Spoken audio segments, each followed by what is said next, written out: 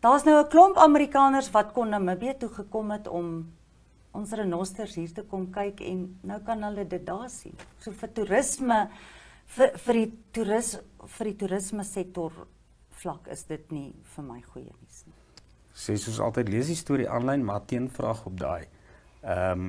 Wat help het ons het 'n oorbevolking, want ons het eintlik aan wit renosters 'n oorbevolking en nou moet ons hulle begin skiet, want daar's die draagkrag om op die private grond en selfs in die nasionale parke, en nou is dit weer hoa in Amerika, so watter een moet ou nou kies? Die stroperye syfers is so hoog en dis so, al hierdie boere moet teenstropingseenhede hê.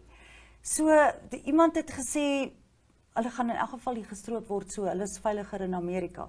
Daar's soveel kwessies en vrae en debatte hierom.